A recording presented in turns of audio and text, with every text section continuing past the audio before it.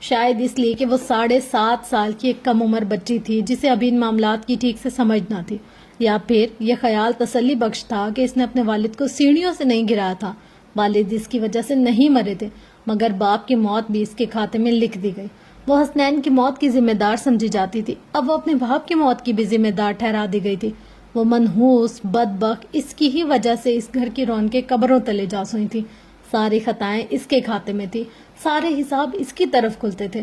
نانا اسے ساتھ لے کر نہیں گئے تھے، انہوں نے ان 10 ماہ میں اسے اس قدر مشکل سے سنبھالا تھا کہ اب وہ نہیں چاہتے تھے کہ جنت واپس اسی گھر اسی ماحول میں جائے، تب تک نہیں جب تک نفیسہ کا دل جنت کے لیے نرم نہیں ہوتا، یا وہ اس کے ناکردہ گناہوں کو معاف نہیں کر دیتی۔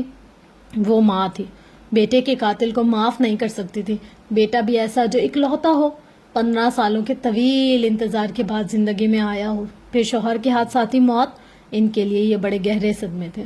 ابھی تک تو انہیں حسنین کا صبر نہیں آیا تھا، تو اس حادثے پر کیسے سنبھل جاتی؟ نانا کی امی سے فون پر بات ہوا کرتی تھی، وہ اب بھی لاہور جایا کرتے تھے۔ اتنا وہ جانتی تھی کہ اس کی ماں پہلے سے بہتر تھی، اور یہ بھی کہ اسے قبولنے کے لیے ہرگز تیار نہیں تھی۔ بہنوں کا خیال تھا وہ بمشکل سنبھلی ہیں، جنت کو دیکھیں گی تو انہیں حسنین یاد آئے گا، حسنین جسے نفیسہ نہیں بھولتی، اس کا چہرہ یوں جنت کے روپ پہ سامنے آئے گا تو وہ حواس کھو بیٹھیں گی۔ نانا کو بھی یہی لگتا تھا کہ یہ صورتحال صرف ان کی بیٹی کی نہ تھی، نواسی کی بھی تھی۔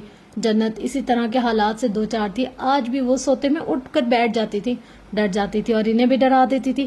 اپنی ماں کو سمجھایا کرو جنت کو بددعا نہ دیا کرے، اولاد ہے اس کی، اتنی بری باتیں کوئی سگی اولاد کے لیے بھی ایسے سخت الفاظ استعمال کرتا ہے۔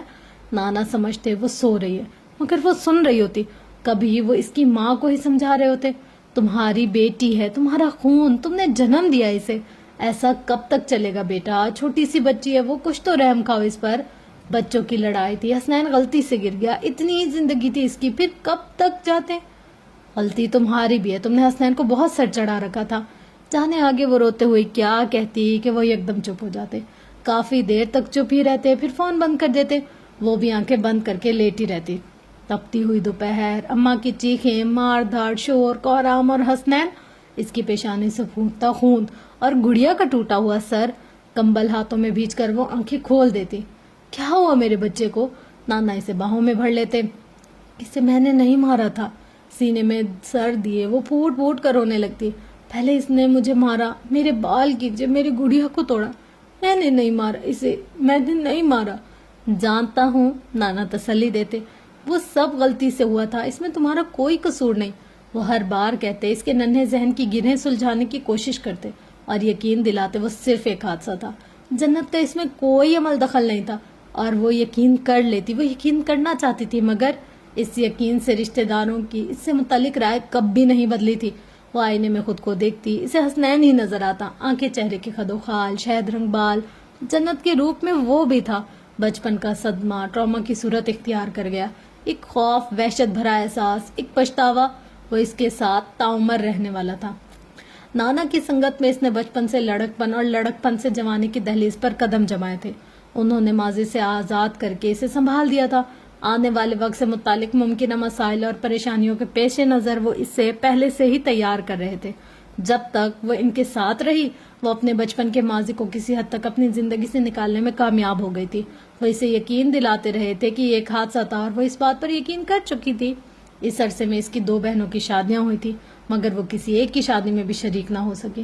جب طیبہ کی شادی طے ہوئی تو اس کی عمر 15 سال تھی۔ پورے 9 سال بعد وہ نانا کے ہمراہ شادی میں شرکت کرنے کے لیے آئی تھی، لیکن یوں کہ وہ براہ راست اپنی ماں سے نہیں ملی، اور نہ ہی انہوں نے نظر اٹھا کر اس کی طرف دیکھا تھا۔ نانا کی وجہ سے ہی وہ کچھ خاموش تھی، یا شاید وقت نے انہیں صبر کی ردا اڑا دی تھی، مگر سب کہتے تھے وہ بہت خاموش رہتی، کسی سے زیادہ بات نہیں کرتی، زندہ ہوتے ہوئے بھی کوئی زندگی سے کیسے دور ہو سکتا ہے۔ نفیسہ اس کی زندہ و جاوید مثال تھی۔ بھرے پورے خاندان میں جنت ایک اجنبی تھی، اس کے اپنے تو صرف نانا ہی تھے، اسے صرف نانا ہی کافی تھے۔ بظاہر کوئی اسے کچھ نہیں کہتا تھا، مگر کھوجتی نگاہوں میں عجیب سا تاثر ضرور جھلکتا تھا۔ اسے شادی کے دوران محسوس ہوتا رہا کہ ماں اسے دیکھتی رہی، اس کے چہرے کے خد و خال میں اپنے حسنین کو کھوجتی رہی۔ اگر حسنین آج زندہ ہوتا تو وہ بھی اس طرح ایک خوبصورت ٹین ایجر ہوتا، اور شاید یہی خیال ان کی طبیعت کی خرابی کا موجب بنا۔ نئے گھر میں رشتہ داروں سے مل کر، بہنوں سے باتیں کر کے، اس کے ساتھ شادی کی شاپنگ میں مصروف ہو کر اسے بہت اچھا لگا، مایوں مہندی کے فنکشن اس نے بہت خاموشی اور دلچسپی سے اٹینڈ کیے. یہ نانا ہی کی وجہ سے ممکن ہو پایا تھا کہ اس گھر میں اب بھولے سے بھی ماضی کا قصہ کم از کم کھلے عام نہیں چھیڑا جاتا تھا. بہنوں کا رویہ اس کے ساتھ قدرے بہتر تھا. تایا چچا اور پھپھی کی فیملی کا اخلاق بھی کچھ برا نہ تھا. خاموشی تھی تو صرف ماں کی طرف سے، فاصلے تھے بھی تو صرف ماں کی طرف سے. نانا نے منع کیا تھا تبھی وہ چپکے چپکے سے دور دور سے انہیں دیکھ لیا کرتی تھی، مگر ان کے سامنے آنے سے گریز کرتی تھی. نفیسہ کی آنکھوں سے جو نفرت جھلکتی تھی اس کی پہچان اسے بہت اچھے سے تھی. بارات والے دن وہ سیاہ اور سنہری فراک میں اس قدر حسین لگ رہی تھی کہ دیگر کئی چچا زاد، تایا زاد اور پھپھی زاد بھی اچانک سے حاضر ہو جانے والے اس کزن پر فدا ہو گئے تھے. مگر وہ تو جیسے برہان کی تھی، برہان کے لیے بنائی گئی تھی. برہان واصف اس کے بڑے تایا کا اکلوتا بیٹا تھا، 5 سال بڑا تھا اس سے. خاندان بھر کا لاڈلا اور ہونہار ثبوت. آتے جاتے وہ کہیں نہ کہیں سے روک لیتا، کوئی نہ کوئی سوال جھاڑ دیتا، اس کے سخت رد عمل کو انجوائے کرتا. وہ لفٹ نہیں کرواتی تھی، نہ اسے نہ اپنے خاندان کے کسی بھی کزن کو، مگر دل ہی دل میں وہ برہان کی شخصیت اور وجاہت سے متاثر ضرور ہوئی تھی. جب وہ FSC کے ایگزام سے فارغ ہوئی تو تایا نے برہان کے لیے اس کا رشتہ مانگ لیا تھا. گویا کہ تائی اس رشتے سے ہرگز خوش نہیں تھی، مگر بیٹے کی پسند کے آگے مجبور ہو گئی تھی. نانو کو بظاہر سب ٹھیک لگا. برہان خوش شکل اور پڑھا لکھا تھا، اپنی یونیورسٹی کا ٹاپر تھا، اس کا برائٹ فیوچر تھا. ادب، آداب، تمیز و تہذیب، انہوں نے سوچ بچار کے لیے زیادہ وقت نہیں لیا اور ہاں کر دی. سادگی سے نکاح کر دیا گیا، مگر رخصتی جنت کی پڑھائی ختم ہونے تک کے لیے ملتوی کر دی. انہی دنوں اسے برہان کو جاننے کا موقع ملا تھا. فون پر بات چیت ہوئی تو وہ بھی اس سے محبت کرنے لگی. نانا کے بعد اس کی زندگی میں آنے والا دوسرا مرد تھا جس سے اس نے خالص محبت کی تھی. نانا کے بعد ابھی وہی اس کا سب کچھ تھا. زندگی میں بظاہر سب ٹھیک ہی چل رہا تھا کہ نانا ہارٹ اٹیک کے بعد اچانک ہی دنیا سے چل بسے تھے. وہ یونیورسٹی کے فرسٹ سیمسٹر سے فارغ ہوئی تھی کہ اتنا بڑا دھچکا لگا. اس کی دنیا تو جیسے ویران ہو گئے. پڑھائی کو خیر بات کہہ کر اسے فوراً ہی لاہور سائلہ خالہ کے پاس جانا پڑا. نانا انہیں وصیت کر کے گئے تھے، سو انہوں نے اسے اپنی ذمہ داری سمجھ لیا. جنت کو اس صدمے سے نکل کر سنبھلنے میں کچھ وقت لگا. 2 ماہ بعد ہی تایا نے رخصتی پر زور دینا شروع کر دیا تھا. نانا اس کی شادی کی وصیت کر گئے تھے، مگر وہ فی الحال اس وقت کے لیے تیار نہ تھی. اس سے بڑی 2 بہنیں گھر بیٹھی تھی، مگر نفیسہ کو کوئی اعتراض نہ تھا. وہ بھی جیسے یہی چاہتی تھی کہ وہ جلد از جلد اپنے گھر کی ہو جائے. 18 سال کی عمر میں وہ رخصت ہو کر برہان کے گھر چلی گئی. زندگی نئی ڈگر پر چلنے لگی تو نئے گھر میں نئے رشتوں کو اس نے اپنا بنا لیا. گو کہ تائی کے ساتھ ساتھ برہان کی بہنوں کا رویہ بھی اس کے ساتھ خوشگوار نہیں تھا، مگر اس نے جیسے برہان کی محبت کو ہی اپنا سب کچھ مان لیا تھا. نانا صبر اور عزم کا سبق پڑھا کر گئے تھے اسے، تبھی وہ ان کے رویوں سے دل برداشتہ نہیں ہوئی تھی. وہ پڑھائی مکمل کرنا چاہتی تھی، برہان نے اسے نہ روکا. نانا کی جدائی کا غم کبھی منتقل نہیں ہو سکا تھا، مگر زندگی نے خوشیوں بھرے لمحات دیے تو وہ بھی جینے کی کوشش کرنے لگے، اور یہیں سے ایک کڑی آزمائش کا آغاز ہو گیا. شادی کے 3 سال گزر جانے کے باوجود وہ ماں نہیں بن سکی. اس کے باج پن کی وجہ ڈاکٹرز کو سمجھ نہیں آ رہی تھی.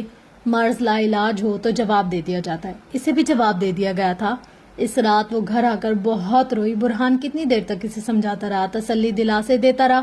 وہ اسے شہر کی بہترین گائناکالوجسٹ کے پاس لے جانے کی بات کر رہا تھا. وہ اسے علاج کی یقین دہانی کرا رہا تھا. تم نے سنا نہیں وہ ڈاکٹر کیا کہہ رہے تھے؟ وہ میرے لیے کوئی علاج تجویز نہیں کر سکتی. رو رو کر اس نے اپنی حالت خراب کر لی تھی. سوچو جنت، اگر کون سی ایسی بیماری ہے جس کا علاج سائنس دریافت نہیں کر سکی؟ بانجھ ہونا ایک بیماری نہیں ہے، بانجھ ہونا ایک حقیقت ہے. وہ مایوسی کے اندھیرے میں اتنا غرق ہو چکی تھی کہ اسے اللہ کی ذات نظر ہی نہیں آ رہی تھی، نہ اپنی تخلیق کی حقیقت سمجھ آ رہی تھی. ذہن خالی سا ہو گیا تھا. برہان کی کوئی دلیل، کوئی حجت اس کا غم ہلکا نہ کر سکی، اسے امید نہیں دلا سکی، یقین نہ سکھا سکی. یہ کے بعد دیگر شہر کے کئی بڑے ہاسپٹل سے اس کے ٹیسٹ ہوئے. ہر ٹیسٹ کی ایک ہی رپورٹ تھی، ایک ہی حقیقت تھی جس کا احاطہ مختلف ڈاکٹرز نے اپنے مخصوص انداز میں کیا تھا. ہے ہی کیوں، میرے ساتھ ہی کیوں؟ وہ اپنی پوری زندگی میں کبھی اتنا نہیں روئی تھی جتنا کہ اس رات روئی تھی. اس کے آنسو تھم ہی نہ رہے تھے، دل سنبھل ہی نہ رہا تھا. یہ محرومی اس کے لیے کیوں؟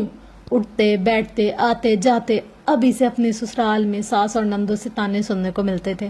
نقص اس میں تھا تو عتاب کا نشانہ بھی وہی بن رہی تھی. دوسری شادی کا ذکر بھی بار بار اس کے سامنے ہی چھیڑا جا رہا تھا. برہان اکلوتا بیٹا تھا اور تائی اپنے پوتے پوتیوں کو گود میں کھلانے کا خواب آنکھوں میں بسائے مزید انتظار کے حق میں نہیں تھی. بس اب جلد از جلد برہان کی دوسری شادی کر دینا چاہتی تھی، مگر برہان تھا کہ مان ہی نہ رہا تھا. وہ کسی طور بھی دوسری شادی کا سوچ ہی نہ رہا تھا. اسے اولاد کی کوئی جلدی نہ تھی، نہ پریشانی تھی، نہ کوئی فکر.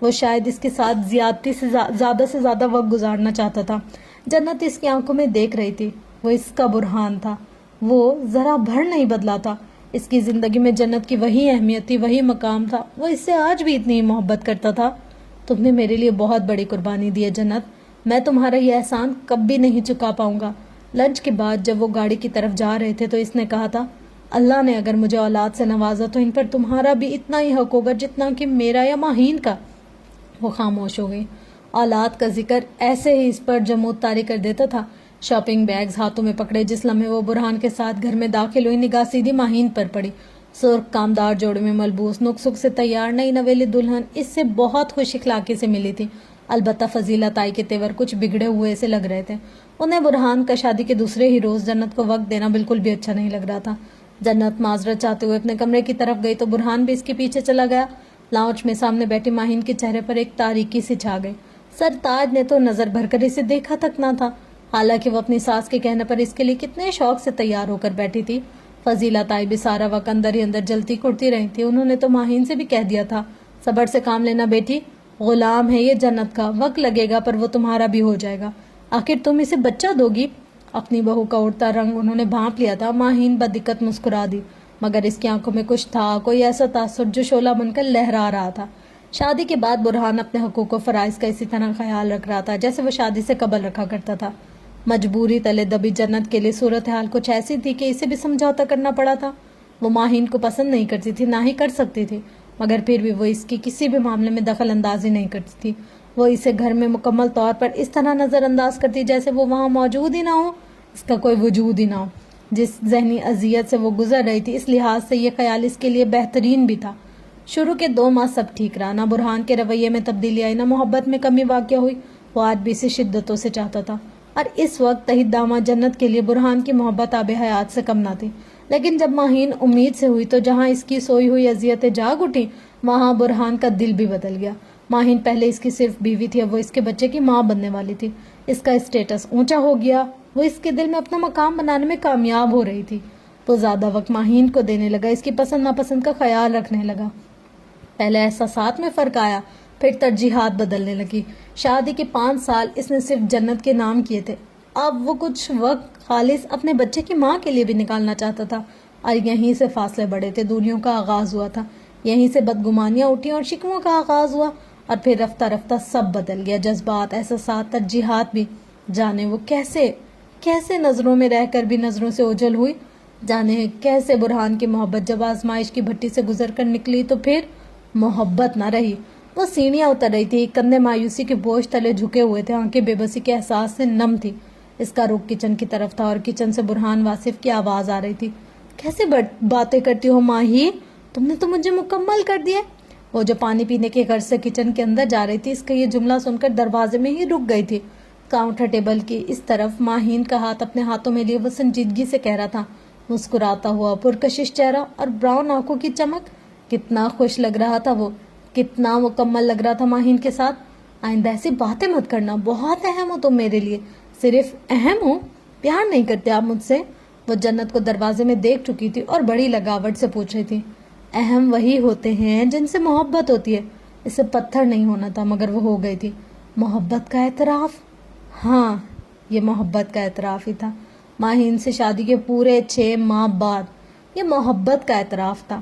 وہ جس کی پہلی اور آخری محبت جنت تھی، اب اس کی کل محبت اس کے بچے کی ماں ہو گئی تھی۔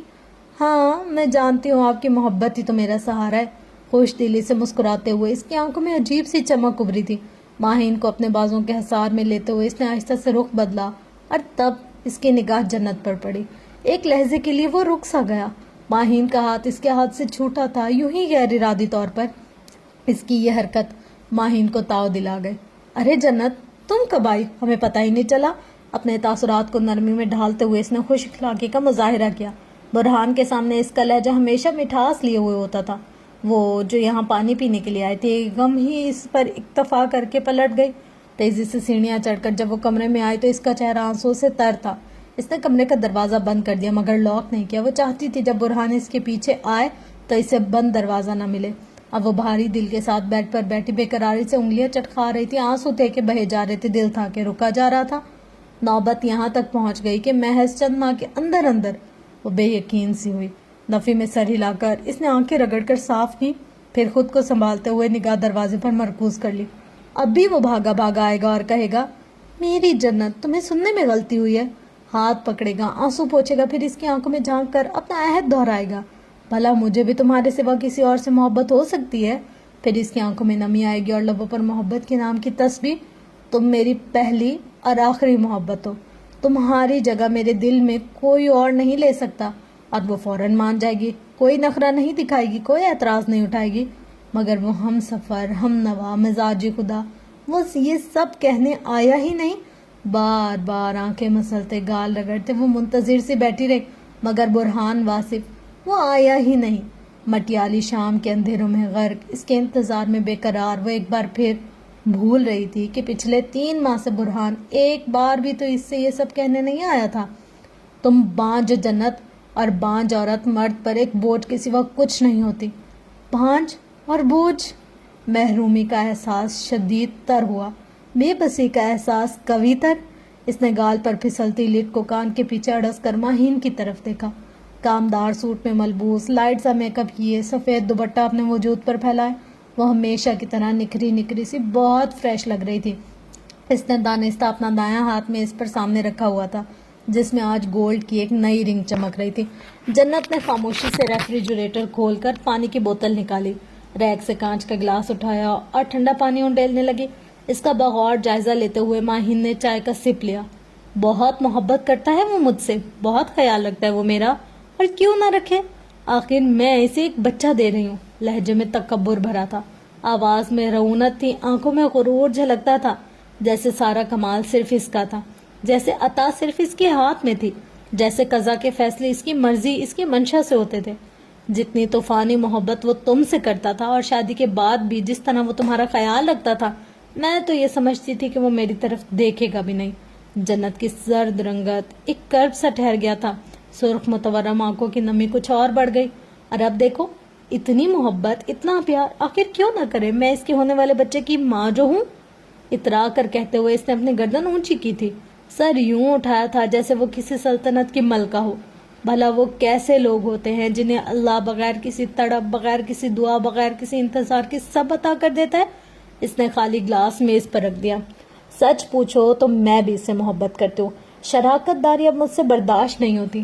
ماہین نے ایک اور وار کیا، اور اس کا ہر وار ٹھیک نشانے پر بیٹھتا تھا۔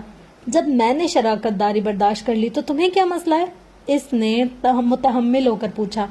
تمہاری تو مجبوری ہے، میری ایسی کوئی مجبوری نہیں ہے۔ میں برہان کے بچے کی ماں بننے والی ہوں، میں اسے ایک بچہ دے رہی ہوں۔ جنت، تم اسے کیا دے رہی ہو؟ پچھلے 5 سالوں میں تم نے اسے دیا ہی کیا ہے؟ تمسخر اڑاتا ہوا لہجہ۔ جنت کا وجود چلنی ہوا، جواباً وہ کچھ کہہ نہ سکی۔ ماہین برہان کے ہونے والے بچے کی ماں تھی، اس کا پلڑا بھاری تھا، وہ اس سے کوئی بحث نہیں کر سکتی تھی۔ اب یہی مناسب تھا وہ ناشتے کا ارادہ ترک کر دے اور بھوکی پیاسی یہاں سے چلی جائے۔ تم اسے چھوڑ کیوں نہیں دیتی؟ جنت کے قدموں سے حرکت ہی تھمی۔ کچھ متحوش ہو کر اس نے ماہین کو دیکھا، وہ سینے پر بازو باندھے اس کے سامنے کھڑی تھی۔ تم ہوش میں تو ہو؟ ہاں، ہوش میں ہوں، اور دیکھنا چاہتی ہوں ایک بانجھ لڑکی کہاں تک لڑ سکتی ہے۔ استہزائیہ انداز میں کہتے ہوئے وہ کچن میں چلی گئی اور جنت صدمے سے گونگ اپنی جگہ کھڑی رہ گئی۔ بانجھ، وہ ایک لفظ نہیں، خنجر تھا، دل میں اترتا اور لہو لہان کر دیتا تھا۔ بانجھ، وہ محرومی کا احساس نہیں، جلتا ہوا انگارہ تھا، وجود پر گرتا تھا اور بھسم کیے جاتا تھا۔ شام کے 5 بج رہے تھے، سپہر کا سورج غروب ہو رہا تھا، وہ اپنے کپڑے استری کر رہی تھی۔ مان کسی خیال کے ذہن میں آتے ہی اس نے استری رکھ کر موبائل اٹھا لیا۔ اب وہ برہان کا نمبر ڈائل کر رہی تھی، پھر خاموشی سے اگلے کئی لمحوں تک گھنٹی گنتی رہی۔ موبائل شاید سائلنٹ پر تھا۔ برہان نے خاصی تاخیر سے کال ریسیو کی۔ ہاں بولو۔ اس کی محبت، عنایت اور الفت کی طرح اس کے لفظ بھی کم پڑ گئے تھے، فقط 2 لفظوں کا مستحق جانا گیا تھا اسے۔ جنت کو اپنا آپ بے حد ازا محسوس ہوا، جیسے وہ خاک ہے، پیروں تلے روندی جا رہی ہے۔ تم نے تو مجھے مکمل کر دیا۔ اس نے ذہن میں ابھرتی اس آواز کو جھٹک دیا اور ڈھیٹ بن گئی، بے حس ہو گئی۔ السلام علیکم، کیسے ہو؟ گھر میں تو بات کرنے کے موقع کم ہی میسر تھے، کمرے میں آنا بھی تقریباً چھوڑ دیا تھا۔ اس نے تمام تر توجہ اور عنایتیں دوسری بیوی کے لیے رہ گئی تھی۔ ٹھیک ہوں لیکن مصروف ہوں. وہ اکثر سوچتی تھی. آج پھر سوچنے لگی کیا یہ وہی برہان ہے جو اپنی دوسری بیوی سے اپسیٹ تھا, جو اس کے احساسات کی اتنی قدر کرتا تھا کہ بمشکل دوسری شادی کے لیے راضی ہوا تھا, جیسے جذبات کی اتنی فکر تھی کہ گھر کو برقی کمکموں سے سجانے نہ دیا, وہ جو صرف اس کا تھا, صرف اسے چاہتا تھا. اب تو ان کے ماں بہن بدگمانیوں کی اتنی دیواریں کھڑی ہو چکی تھی کہ وہ کچھ کہنا بھی چاہتی تو کچھ نہیں کہہ سکتی تھی, مگر آج اسے کچھ کہنا تھا. فاصلے کی اس دیوار کو توڑنے کے لیے ایک کوشش اسے ضرور کرنی تھی. میں سوچ رہی تھی اگر آج تم اور میں حفصہ آپی کی طرف چلے جائیں, کیا کبھی اس نے سوچا تھا کہ اسے اس قدر محتاط انداز میں ڈر ڈر کر برہان سے بات کرنا ہوگی, اور ماہین کو گھر میں اکیلا چھوڑ جائیں. وہ اس کے مطالبے پر بدھک ہی تو گیا تھا, جانتی بھی ہو اس کی طبیعت ٹھیک نہیں رہتی. آج شام ڈاکٹر کے پاس اپوائنٹمنٹ بھی ہے. اصل میں حفصہ آپی نے فون کیا تھا آج شام کھانے پر, ان سے معذرت کر لو پھر کبھی چلے جائیں گے. اس نے فوراً سے اسے کال کاٹ دی. جنت موبائل کان سے لگائے کھڑی رہ گئی. خشک لبوں کو تر کرتے ہوئے اس نے موبائل رکھ دیا. ایک بار پھر اپنی تمام تر توجہ آئرن اسٹینڈ کی جانب مرکوز کی اور اپنا وہ جوڑا پریس کرنے لگی جس کا رنگ برہان کا پسندیدہ رنگ تھا اور جسے آج وہ اس کے لیے پہننا چاہتی تھی, اس کے لیے تیار ہونا چاہتی تھی. آنسو ٹپ ٹپ ٹپ آنکھوں سے گرنے لگے, اور یہی برہان کہا کرتا تھا مر جائے گا مگر دوسری شادی نہیں کرے گا. کپڑے پریس کر کے الماری میں ہینگ کر کے وہ بیڈ پر بیٹھ گئی. کچھ دیر اس نے حفصہ آپی سے فون پر بات کر کے ان سے معذرت کر لی. آج رات وہ ان کی طرف کھانے پر نہیں آ سکے گی, اس کی طبیعت ٹھیک نہیں. اس کا دل تنگ سا ہونے لگا. وہ ہوا خوری کے لیے باہر لان میں آ گئی. سامنے ہی ماہین فون کان پر لگائے ٹہل رہی تھی. نہیں برہان, مجھے وہ بلیک والا ہے ہی چاہیے, آپ کو ہر حال میں مجھے وہی دلانا ہوگا. دوسری طرف سے جانے کیا کہا گیا کہ وہ کھلکھلا کر ہنس پڑی. ایک نظر جنت پر ڈالی, پھر ایک ادا سے ہٹا کر رک گئی. ارے ہاں, بیبی کا نام تو ابھی تک ہم نے سوچا ہی نہیں. جنت کو دیکھ کر اسے اپنے ہونے والے بچے کا خیال آیا تھا. ٹھیک ہوں لیکن مصروف ہوں. جنت نے سر اٹھا کر آسمان کی طرف دیکھا. وہ اندر کی گھٹن سے تنگ ہو کر باہر آئی تھی, مگر باہر کا حبس شدید تھا. اس کا دل اور دم دونوں گھٹنے لگا. میرے لیے اب اس کے پاس چند لمحے نہیں رہے. یہی برہان تھا جسے پوری دنیا میں سوائے جنت کے اور کچھ نظر نہیں آتا تھا, اور اب سب نظر آتا ہے ماں سوائے اس کے. حلق میں آنسو کا پھندا سا اٹک گیا. ماہین ٹھیک ہی کہتی تھی, زندگی میں تو وہ اسے رکھے ہوئے تھا مگر دل سے تو کب کا نکال چکا تھا. ورنہ وہ کچھ تو احساس کرتا, کچھ تو خیال کرتا. وہ تھکے ہارے انداز میں واپس پلٹ آئی. ملازمہ کھانے کی تیاری کر رہی تھی. اس نے خود کو کمرے میں مقید کر لیا. پھر اس نے گاڑی کی آواز سنی اور اٹھ کر کھڑکی میں آئی. ماہین خاص طور پر برہان کے لیے تیار ہوئی تھی.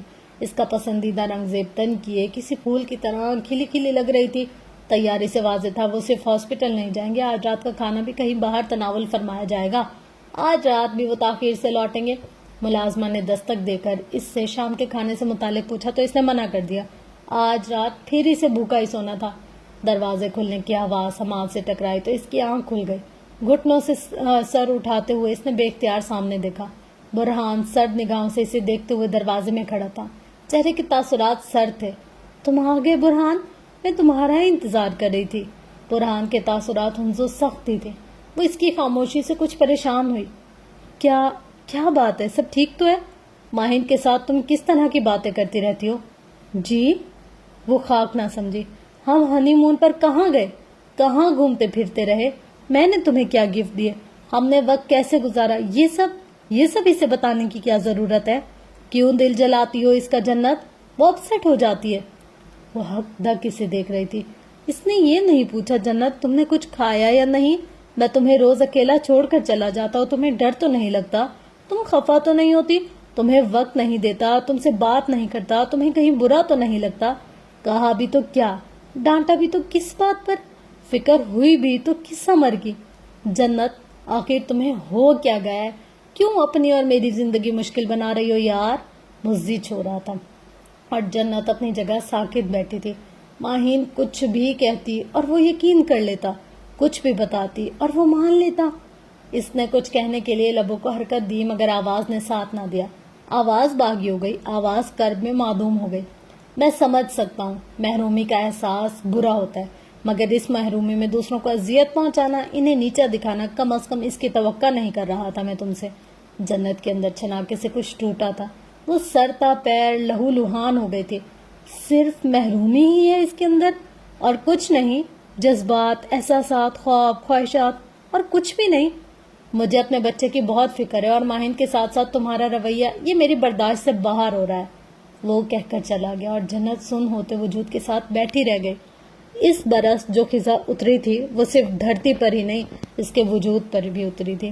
وہ اسے بھی بے رنگ کر رہی تھی اور اس کے حصوں کو بھی جھاڑ رہی تھی۔ فرق صرف اتنا تھا، دھرتی کی خزاں گزر جانے والی تھی مگر اس کے اندر کی خزاں اس کے اندر ہی رہنے والی تھی۔ جی آپا، بالکل ٹھیک کہہ رہی ہیں آپ۔ وہ کچن میں کھانا بنا رہی تھی جب فون کان سے لگائے نورین آپا سے بات کرتی ماہین کچن میں آ کر بیٹھ گئی۔ کتنی تکلیف اٹھانا پڑتی ہے، ایسے تو نہیں اللہ نے ماں کے قدموں تلے جنت رکھی۔ تیزی سے پیاز کاٹتے اس نے سکینہ کے ذمہ دوسرے کام لگایا اور خود مرغی کے لیے مسالہ بھوننے لگے۔ مگر جن کی اولاد نہ ہو انہیں بھلا کیا اندازہ۔ جنت نے بمشکل خود کو سنبھالا، وہ کام نہ کر رہی ہوتی تو یقیناً ادھر ادھر ہو جاتی۔ خیال تو بہت رکھتی ہوں آپا، پھر بھی دھڑکا سا لگا رہتا ہے۔ جنت کو کن اکھیوں سے دیکھتے ہوئے اس نے ایک اور تیر چھوڑا۔ ارے نہیں، یہ بات نہیں آپا، جنت بہت اچھی ہے، میری چھوٹی بہنوں جیسی ہے، بہت خیال رکھتے ہیں میرا۔ ایک لہجے کو رک کر اس نے کچھ سنا، پھر مسکرائے، سر اٹھا کر جنت کو دیکھا۔ انشاءاللہ بیٹا ہی ہوگا، میں برہان کو بیٹا ہی دوں گی۔ جنت کٹنگ بورڈ پر ٹماٹر کاٹنے لگی۔ امی کے بارے میں بتائیں، وہ کراچی سے کب آ رہی ہیں؟ آپ وہ اپنی ساس کے متعلق پوچھ رہی تھی جو پچھلے کچھ دنوں سے اپنی چھوٹی بیٹی کی طرف گئی ہوئی تھی۔ دوسری طرف جانے کیا بتایا گیا کہ وہ بے اختیار چونک اٹھے۔ جنت نے اس کے لہجے کا بدلاؤ خاص طور پر محسوس کیا۔ اچھا، میں سمجھی وہ 1-2 ہفتے وہیں رہیں گی۔ چلیں اچھا ہے وہ آ جائے، مجھے ویسے بھی ان کی بہت ضرورت ہے، میری ماں جیسے ہیں وہ، لگاوٹ سے کہہ کر کچھ دیر تک سنتی رہی، پھر فون بند کر کے اپنے کمرے میں چلی گئی۔ شام کا کھانا تیار کر کے سکینہ کو ہدایت دے کر جنت اپنے کمرے میں آ گئی۔ الماری کے پٹ کھولے، وہ کپڑوں کو ترتیب سے رکھ رہی تھی جب بیرونی گیٹ پر برہان کی گاڑی کا ہارن بجا۔ اس نے سر ضرور اٹھایا مگر اٹھ کر کھڑکی تک نہ گئی۔ بی بی جی، این اسی لمحے سکینہ ہامتی کامتی اس کے کمرے میں داخل ہوئی۔ وہ ماہین بی بی، ان کی طبیعت خراب ہو گئی ہے، درد سے چیخے جا رہی ہیں۔ برہان کی شرٹ اس کے ہاتھ سے چھوٹ کر نیچے جا گری۔ وہ پریشانی کے عالم میں تیزی سے کمرے سے باہر نکلی۔ سیڑھیاں اتر کر جس لمحے وہ بالائی منزل پر ماہین کے کمرے میں داخل ہو رہی تھی، اسی لمحے گاڑی پارک کر کے برہان لیپ ٹاپ کے سنبھالے صدر دروازے کا رخ کر چکا تھا۔ وہ دروازہ کھول رہا تھا اور جنت کے آنے کے بعد ماہین اپنے کمرے کا دروازہ بند کر رہی تھی۔ اسے صحیح سلامت دے کر وہ الجھ گئی۔ کیا مذاق ہے ماہین؟ سکینہ کہہ رہی تھی تمہاری طبیعت خراب ہو گئی ہے۔ اس افراتفری میں وہ اس کی دروازہ لاک کرنے والی حرکت کو نوٹس ہی نہ کر پائی۔ ہاں، طبیعت تو میری خراب ہے، عجیب سے انداز میں کہتے ہوئے وہ پیچھے ہٹی، اور اس سے قبل کہ جنت کچھ سمجھ پاتی اس نے ایک جھٹکے سے ڈریسنگ ٹیبل کا سامان بکھیر دیا، گلدان توڑ دیا، کانچ کا گلاس الماری کے شیشے پر دے مارا۔ جنت حیران و ششد اپنی جگہ کھڑی رہ گئی۔ اگلے ہی لمحے اس نے پیٹ پر ہاتھ رکھا اور بلند آواز میں چیخنے لگی، جنت نہیں، جنت میرا بچہ۔ جنت کا دماغ بھگ سے اٹھ گیا۔ روتے چیختے چلاتے اس نے کانچ کے ٹکڑے سے اپنا ہاتھ بھی زخمی کر لیا۔ بند دروازے کے اس پار برہان اس کا شور سن کر پاگل ہو رہا تھا۔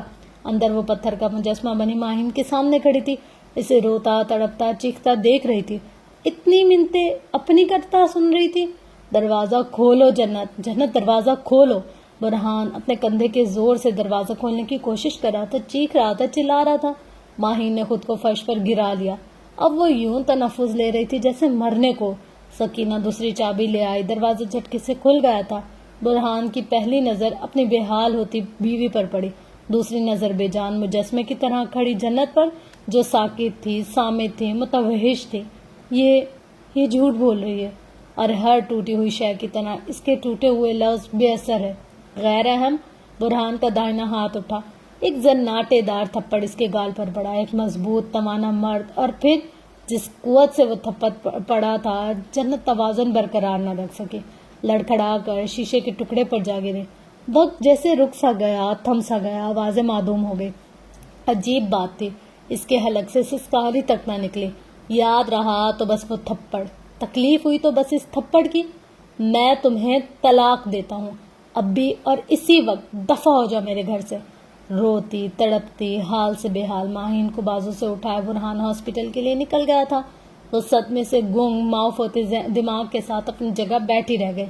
آن کے آن میں یہ کیا ہو گیا تھا، کیوں ہوا تھا؟ کیا یہ برہان تھا؟ کیا یہ اس کا برہان تھا؟ یہ کیسا چہرہ تھا؟ یہ کیسا رویہ تھا؟ یہ اس کے ساتھ کیا ہو رہا تھا؟ طلاق؟ اس نے یہ لفظ کیسے ادا کر دیا؟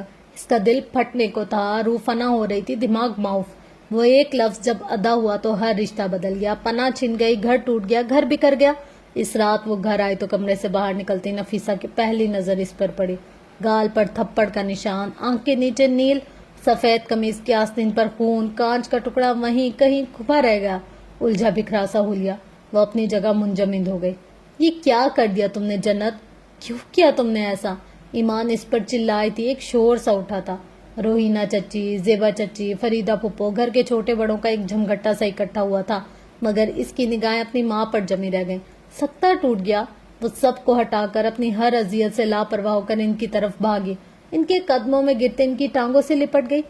میں نے کچھ نہیں کیا، میں نے کچھ نہیں کیا امی، میرا یقین کرے۔ وہ رونے لگی۔ جنت کو ساکت نگاہوں سے دیکھتے ان کا دائنا ہاتھ بے ساختہ دل پر آن ٹھہرا۔ ایک لمحے کو وہ لڑکھڑائی تھی اور پھر اس کی آنکھوں کے سامنے فرش پر ڈھیر ہو گئی۔ امی!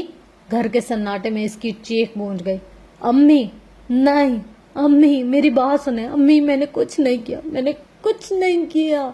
ایمان نے روتے ہوئے اسے بے دردی سے کھینچ کر پیچھے ہٹایا تھا۔ ہانیہ اس پر چیخ رہی تھی۔ کوئی گاڑی نکالنے کو بھاگا تھا، کسی نے ایمبولینس کو کال کرنا چاہی تھی۔ اس شور اور افراتفری میں وہ تھر تھر کانپتی اپنی جگہ بیٹھی رہ گئی۔ ہاسپٹل سے اس رات نفیسہ کی میت آئی تھی۔ بہنوں نے اسے ان کی چارپائی کے قریب تک نہیں آنے دیا۔ جب زندہ تھی تب نہیں، تو جب وہ نہیں رہی تب کیوں؟ وہ روتی تڑپتی رہ گئی۔ کسے بتاتی اس کا کوئی قصور نہیں تھا، کون یقین کرتا؟ وہ گناہ گار نہیں، دوسروں کے برعکس حفصہ خاموش تھی، نہ ہاتھ اٹھایا، نہ شکوہ کیا، نہ اس پر روئی، نہ اس پر چلائی۔ آخری وقت تک وہ نفیسہ کے ساتھ رہی۔ ماں کا چہرہ جیسے آنکھوں میں ٹھہرا تھا، لمس جیسے ہاتھوں میں رہ گیا تھا۔ نفیسہ کا وجود مٹی تلے جا سویا تو وہ بھی جیسے زندہ لاش ہو گئی۔ اس کی بھوک مٹ گئی، نیند اڑ گئی، چین مٹ گیا، بے سکونی وجود کے انگ انگ میں اتر گئی۔ وہ یوں خاموش ہوئی جیسے قوت گویائی سے محروم ہو۔ ساری وضاحتیں، صفائیاں، دلیلیں جیسے اس کی ایک ماں کے لیے تھی۔ ان کے جانے کے بعد اس نے لب سی لی۔ بہنوں کو اس کی شکل تک سے نفرت ہو گئی۔ چچا، تایا اور پھپھیوں میں سے کوئی اسے اپنے پاس رکھنے کو تیار نہ تھا۔ وہ اپنے بھائی، اپنے باپ، اب اپنی ماں کی بھی مجرم تھی۔ وہ اس گھر پر نازل ہونے والی ہر بربادی کا سبب تھی۔ اس پر کوئی ترس کھاتا بھی تو کیوں؟ کوئی ہمدردی جتلاتا بھی تو کیسے؟ سب کو لگتا تھا طلاق ایک سزا تھی۔ اسے ٹھیک وقت پر بالکل ٹھیک ملی۔ اس کے ساتھ جو ہوا بالکل ٹھیک ہوا۔ اب بھی تو آغاز تھا، ابھی تو اسے درد کی ٹھوکریں کھانی تھی، ذلیل و خوار ہونا تھا۔ عدت اس نے اسی گھر میں گزاری جو اس کا کبھی نہیں تھا۔ چھت کا ایک کمرہ جس میں وہ مستقل ٹھہرے رہنا چاہتی تھی، کمرہ روہینہ چچی کے ٹیرس کے ساتھ جڑا ہوا تھا۔ منڈیر ایک ہی تھی۔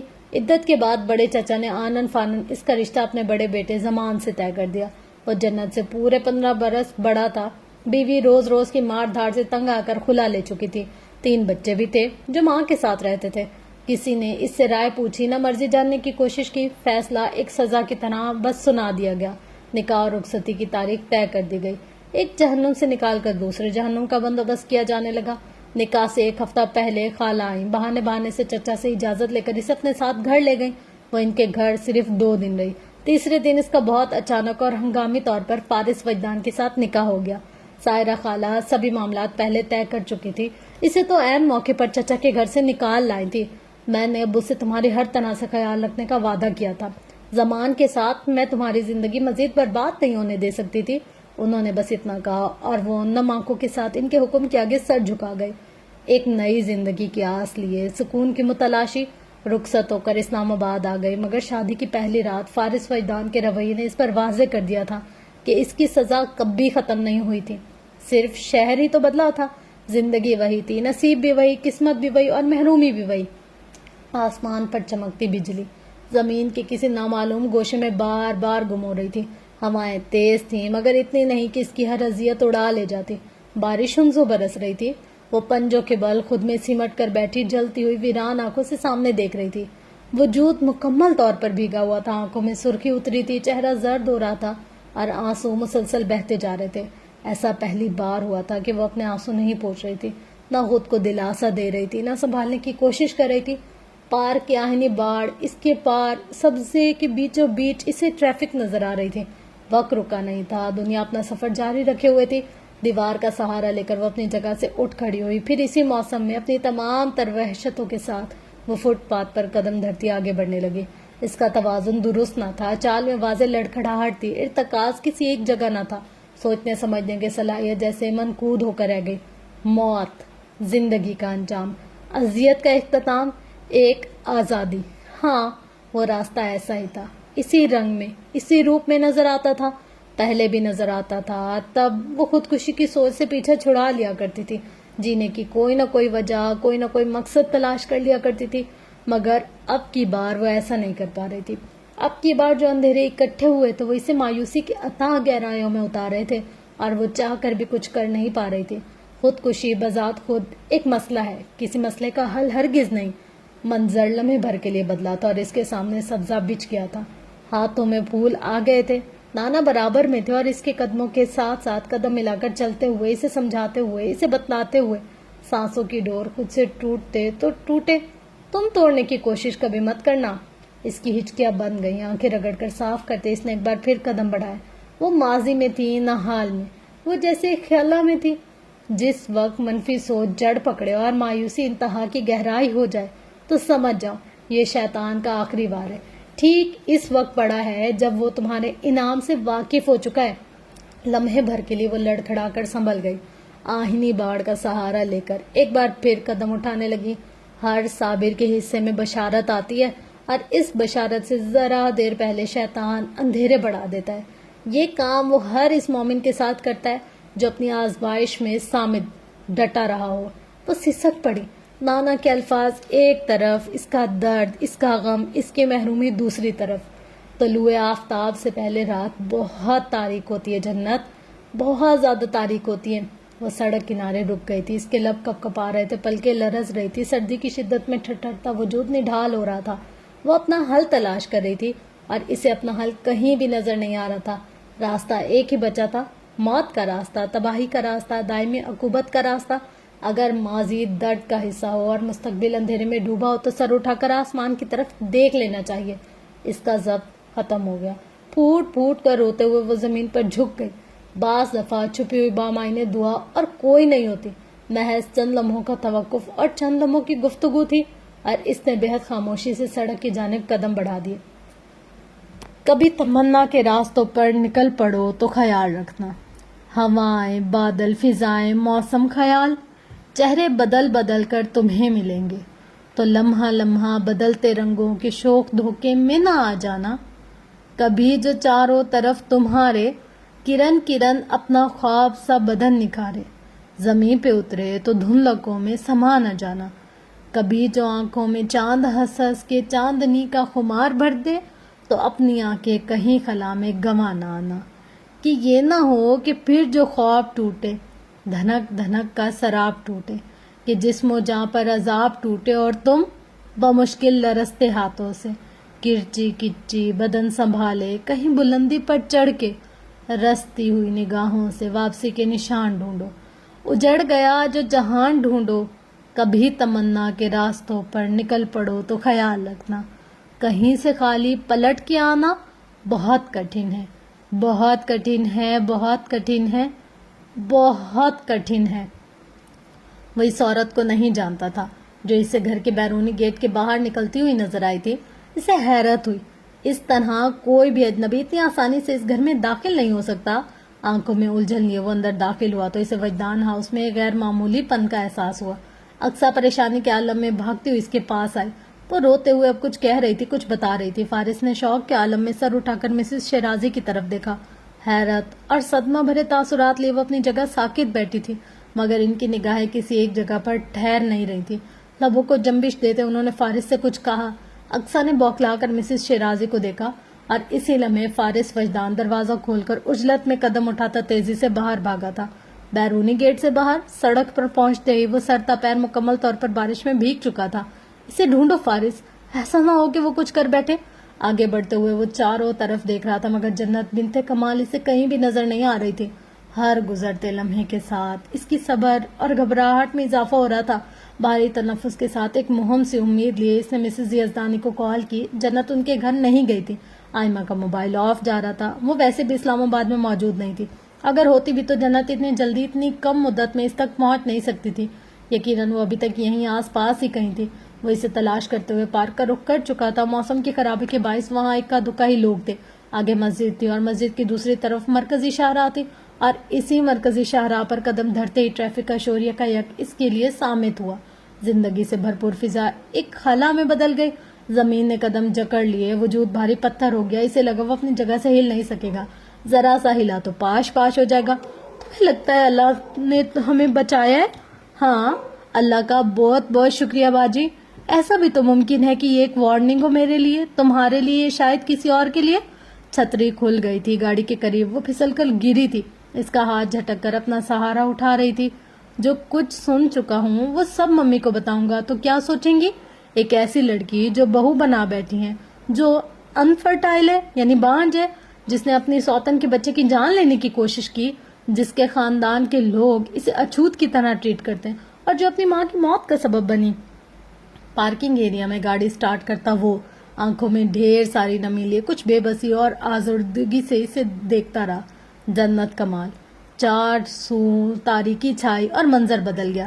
اگر تم اس طرح میرے سر پر مسلط رہے تو میں آنٹی کو بتا دوں گی۔ شوق سے جاؤ، میں بھی تمہارا پول ان کے سامنے کھول دوں گا، حساب برابر۔ تم ایسا نہیں کرو گے، لہجے میں خوف، آنکھوں میں وحشت۔ کر سکتا ہوں میں تو اب یہ بھی کہہ سکتا ہوں کہ میری بیوی بانجھ ہے اور میں دوسری شادی کرنا چاہتا ہوں۔ اس نے چاند کی اس مورت کو ہزارہ ٹکڑوں میں بکھرتے دیکھا تھا۔ فارس پلیز دروازہ کھولو پلیز۔ بلک بلک کر روتے ہوئے اس کے کمرے کا دروازہ بجا رہی تھی وہ۔ ایک بچے کی جان لینے کی کوشش، آخر تمہیں اتنی ہمت کہاں سے آ گئی؟ اور پھر اس نے سلائڈ ڈور پوری قوت سے بند کرتے ہوئے دیکھا۔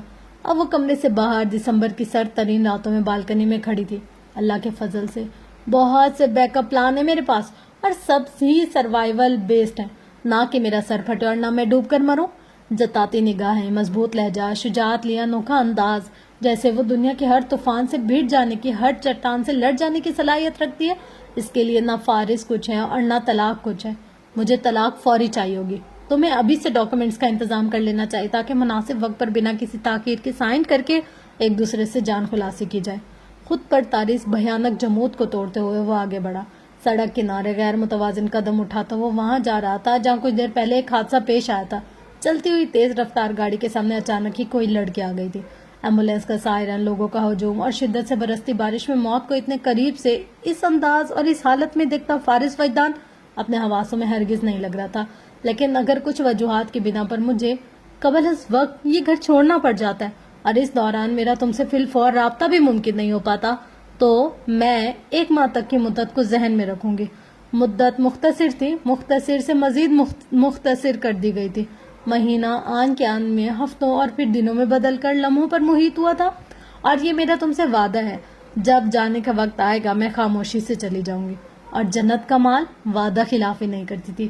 یقین اور بے یقینی سی کیفیت میں دکھ اور صدمے سے نڈال اس نے اپنے راستے میں آنے والے لوگوں کو ہٹاتے ہوئے اسٹیچر پر رکھی اس لاش تک پہنچنا چاہا۔ خون سے سرخ ہوتی نم چادر اس مٹھی میں آئی، چہرے سے چادر سر کی، بال پیشانی، پھر ویران آنکھیں واضح ہوئی۔ اس کی ساری ہمت سکت ایک لمحے میں فنا ہوئی۔ تم جتنے مرضی منصوبے بنا لو مسٹر شیرازی، خودکشی میں نہیں کروں گی، نہ لندن کے برج سے نہ کسی اور جگہ سے۔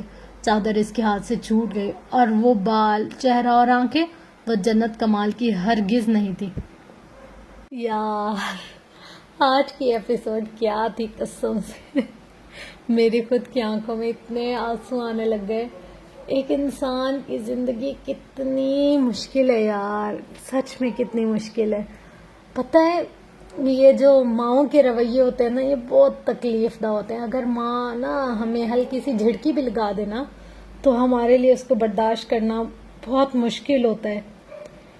یہاں ایک لڑکی کی پوری زندگی داؤ پر لگی تھی اور اس کے ساتھ اس کی ماں نہیں تھی۔